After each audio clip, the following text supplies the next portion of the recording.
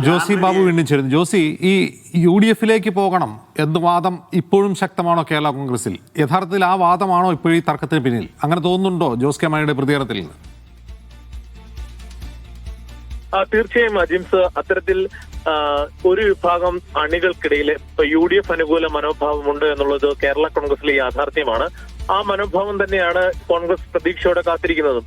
എന്തായാലും അതും ഈ ഇപ്പോൾ ഉണ്ടായ സംഭവ വികാസങ്ങളിൽ അല്ലെങ്കിൽ ചർച്ചകളിൽ ആ അണികളുടെ മനോഭാവവും അല്ലെങ്കിൽ താല്പര്യവും പ്രതിഫലിച്ചിട്ടുണ്ട് എന്നുള്ളത് പ്രത്യേകമായും എടുത്തു പറയേണ്ടതാണ്. കാരണം റോഷി ജോസ് കെ മാണിയെ പ്രതിരോധത്തിലാക്കാൻ ശ്രമിക്കുന്നു. അത് LDF-ന്റെ അല്ലെങ്കിൽ CPM-ന്റെ കൂട്ടുപിടിച്ചാണ് ഇത്തരത്തിലുള്ള നീക്കങ്ങൾ നടത്തുന്നുള്ള ഒരു പൊതുവികാരം ജോസ് കെ മാണി പക്ഷം അണികൾക്കും പ്രവർത്തകർക്കും അല്ലെങ്കിൽ UDF-ലേക്ക് തിരിച്ചു പോകുന്ന പറയുന്ന ആളുകൾക്കുമുണ്ട്. അതുകൊണ്ട് തന്നെ ജോസ് കെ മാണിയെ തുടർച്ചയായി ഇത്തരത്തിൽ റോഷി കടന്നാക്രമിക്കുന്നു എന്നുള്ള ഒരു പ്രതികരണവും അല്ലെങ്കിൽ അത്തരം വിശകലനങ്ങളും നിരീക്ഷണങ്ങളും അവരുടെ ഭാഗത്തുനിന്നും അതുകൊണ്ട് തന്നെയാണ് ഉണ്ടാകുന്നത്. എന്നാലും ഇപ്പോഴുള്ള ജോസ് കെ മാണിയുടെ പ്രതികരണം അല്പം മയപ്പെടുത്തിയാണ്. റോഷി അവിടെ താൻ മത്സരിക്കില്ല എന്ന് പറഞ്ഞില്ലല്ലോ, മത്സരിക്കുമെന്നല്ലേ പറഞ്ഞത്. അത് സദുദ്ദേശത്തോട് തന്നെയാണ് പറഞ്ഞത്.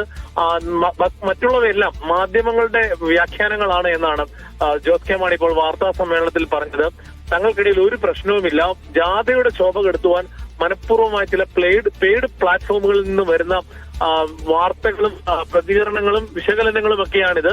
ഇത്തരത്തിൽ യാതൊരു അടിസ്ഥാനവുമില്ലാത്ത കാര്യമാണ്. തങ്ങൾക്കിടയിൽ വ്യക്തിപരമായോ രാഷ്ട്രീയമായോ ഒരു ആശയക്കുഴപ്പവും ഇല്ല എന്ന് ജോസ് കെ മാണി പ്രതികരണം നടത്തുന്നു. അപ്പോഴും നിലനിൽക്കുന്ന യാഥാർത്ഥ്യം രണ്ടാം നിര നേതാക്കൾക്കിടയിലും അണികൾക്കിടയിലും വലിയ ആശയക്കുഴപ്പം നിലനിൽക്കുന്നു, ഭിന്നത നിലനിൽക്കുന്നു എന്നുള്ളത് വലിയ കാര്യമാണ്. അത് ഏത് തരത്തിൽ ഇനി ഇപ്പോൾ ഉരുകി അല്ലെങ്കിൽ പോഞ്ഞു നേറി അത് വലിയ രീതിയിലുള്ള ഒരു പൊട്ടിത്തെറിയിലേക്ക് പോകുന്നതോ അത് തണുപ്പിക്കുവാൻ ജോസ് കെ മാണിക്ക് കഴിയുമോ എന്നുള്ളതാണ് ഇനി നോക്കിക്കാണേണ്ടത്. എന്തായാലും റോഷിയുടെ ഇടപെടലുകളിൽ അഭിപ്രായ പ്രകടനങ്ങളിൽ വലിയ അതൃപ്തി ഒരു വിഭാഗം നേതാക്കൾക്കുണ്ട്. പക്ഷേ റോഷിയാണ് പാർട്ടി നിലപാട് പറഞ്ഞതെന്ന മറ്റൊരു വിഭാഗവും പിന്തുണയ്ക്കുന്നവരുമുണ്ട്.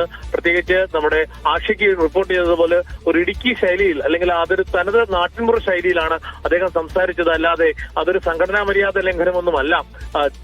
റോഷി അഗസ്റ്റ്യൻ നടത്തിയത് മൈക്ക് തട്ടിപ്പറിച്ച് വാങ്ങിയതും ആവർത്തിച്ച് പ്രതികരണങ്ങൾ നടത്തിയതും അതൊരു സംഘടനാ അച്ചടക്ക ലംഘനമല്ല എന്നുള്ള കാര്യമാണ് റോഷി അനുകൂലികൾ പറയുന്നത്. എന്തായാലും ഭിന്നത സംബന്ധിച്ചുള്ള പ്രതികരണങ്ങൾ ഇപ്പോൾ ജോസ് കെ മാണിയുടെ ഭാഗത്തുനിന്ന് വന്നിട്ടുണ്ട്.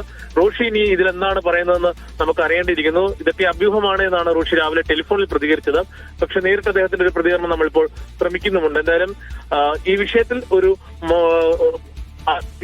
വഷളാകാതെ ഈ പ്രശ്നത്തെ തണുപ്പിക്കാനുള്ള നീക്കമാണ് ഇപ്പോൾ ജോസ് കെ മാണിയുടെ പ്രതികരണങ്ങളിൽ നിന്ന് നമുക്ക് വ്യക്തമാകുന്നത്. ശരി, ജോസി ബാബുവും ആഷിക്കുമാണ് വിവരങ്ങൾ നൽകിയത്.